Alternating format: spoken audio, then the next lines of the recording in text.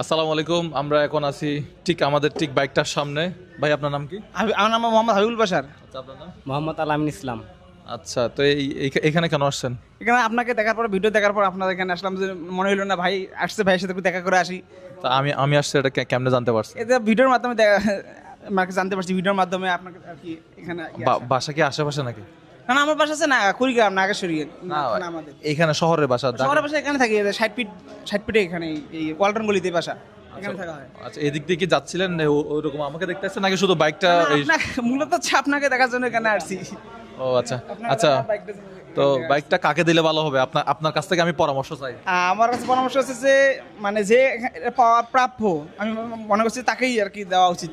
মানে কে প্রাপ্য? আপনার মতে কে প্রাপ্য? আমার ভিডিও তো অনেক মিলিয়ন মিলিয়ন মানুষ দেখে। কে প্রাপ্য?